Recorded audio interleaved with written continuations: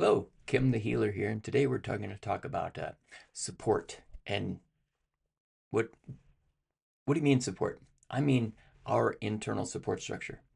And when we're around others who are angry, afraid, overwhelmed, anxious, it may cause us to feel those feelings as well, and in turn lose our support because our limbic system may very well be very connected to those, and vibrations facilitate other vibrations. So if you're a parent, imagine what your child might be feeling at home if you come home swimming in anger about your day of work.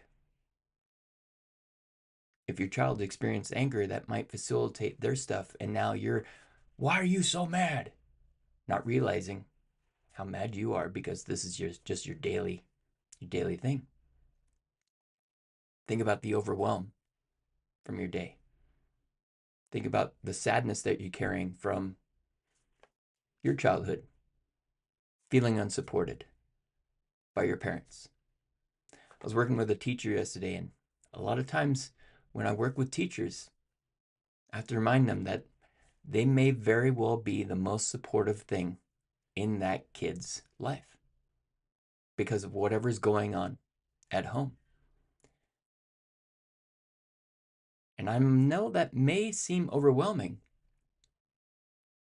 but I'll bet if you help yourself release your angers, fears, worries, resentments, jealousies, and griefs, and emotional attachments to incidents in your life that happened yesterday, you will feel supported within yourself. Your internal support structure will automatically come on. And you walk into that class, and those kids will feel that.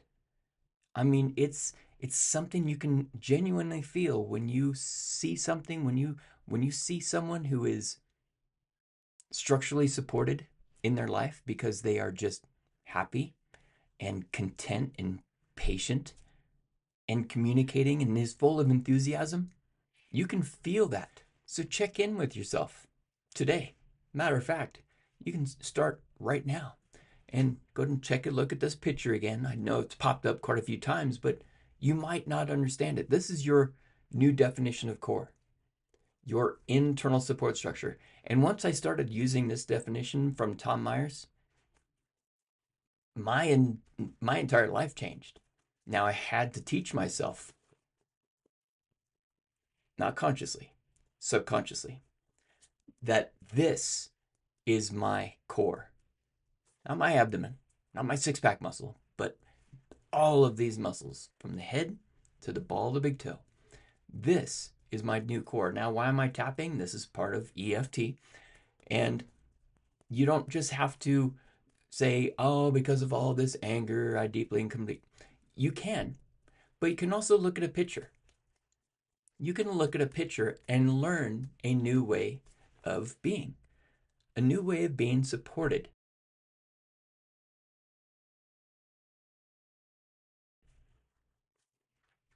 by these muscles. So that the big muscles in your body, they don't have to work so hard. They just work when you ask them to work, when you go to pick up something, when you go to maybe support somebody from falling down, because that's another means of support, right? But what's it feel like when you're constantly supporting, having to support someone? It can get pretty overwhelming and tiresome, right? So we've got to learn how to support ourselves. It doesn't mean never asking for help. Trust me, that's been a long learning process for myself. But it does mean I can support myself, but sometimes I may need some assistance in what's going on. And that can be going on YouTube and looking up a video on how to work on my car. That is a great means of support. Opening up a book, asking a question. Back in the day, we dialed 411 for information, I think. Was that information? I think it was no. 0 was information. 411 was time and temperature. Why did we have to call it? Oh, because when the power went out, we didn't have cell phones to tell us what time it was to reset the clocks. When the power went out, we had to reset our clocks manually, unless you had a clock that wasn't plugged in. So, boy, how times have changed. I was singing, me and my daughter and I went for a walk today, and I was singing the Toys R Us song. And if you're my age, that song just went through your head. How's it go? I don't want to grow up, I'm a Toys R Us kid. There's a million toys at Toys R Us that I can play with. From bikes to trains to video games, it's the biggest toy store there is. Gee whiz! I don't want to grow up, cause baby if I did, I wouldn't be a Toys R Us kid. Great song.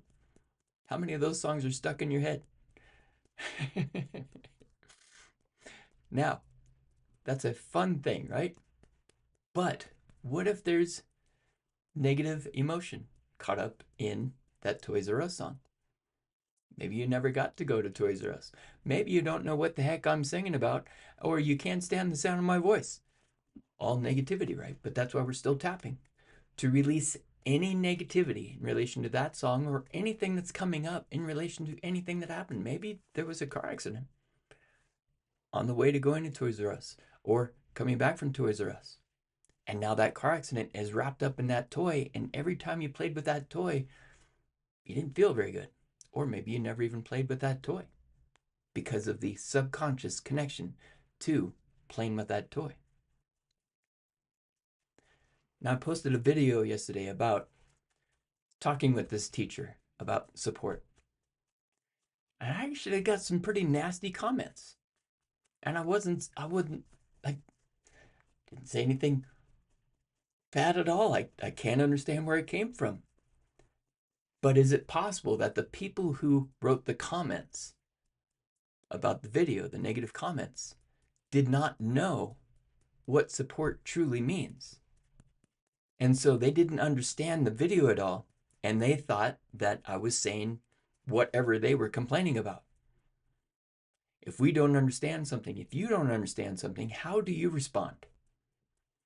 I know after I went to a concussion seminar in Boston, Massachusetts, that was an experience in itself. There's a lot of negativity wrapped up around that one. Not only was the person I was going with, they had to back out, but the amount of negativity around concussions, especially in relation to the NFL, it's palpable. For somebody who, like me, who can feel all that energy, it's very overwhelming. And then for somebody who, like me, who's had a lot of concussions, it just doubles it down. But the point of this story was they put up a math problem on the screen. And I saw the math problem, I'm like, that's an easy solve. But then they put all kinds of rules around how it could be solved. Kind of like new math, right? And I flipped out inside. I was furious, which is a side effect of concussions. Now, gratefully, I believe that I've healed from the concussions. I'll never know for sure because I don't have actual proof besides the way that I respond and do not respond in that negative way like I used to anymore, which is wonderful because I was miserable. And now I can truly say, genuinely say, not only am I supported, but I am happy. And it feels wonderful to be happy because now I can sing goofy songs like the Toys R Us song and feel confident about it right here while I'm talking to you. So I hope that this helps you understand more about support. And I'll bet if you tapped along with me, you feel more supported. You might feel more comfortable in your chair. Some of the aches and pains that you had before you started watching this video might have gone away. How is that possible? Because you release the emotional triggers that you're holding on to, that you were holding on to, that are inhibiting your limbic system from communicating with your internal support structure, allowing you to be supported. Therefore, space opens up in all the joints of the body. Your brain calms down. You feel more relaxed, patient, calm, supported. Drop a comment. Let me know how that works for you. Make sure you subscribe because I've got amazing amounts of information. And if you want 5 steps to decrease inflammation in your brain and body, go to the link in my profile, go get on the email list, and I'll send that to you. And it's got some amazing videos to help you reduce inflammation in your brain and body. And therefore, you can be supported, because inflammation causes pain. Pain causes chaos in the limbic system, causes lack of support, internal support structure, causes pain. Thank you.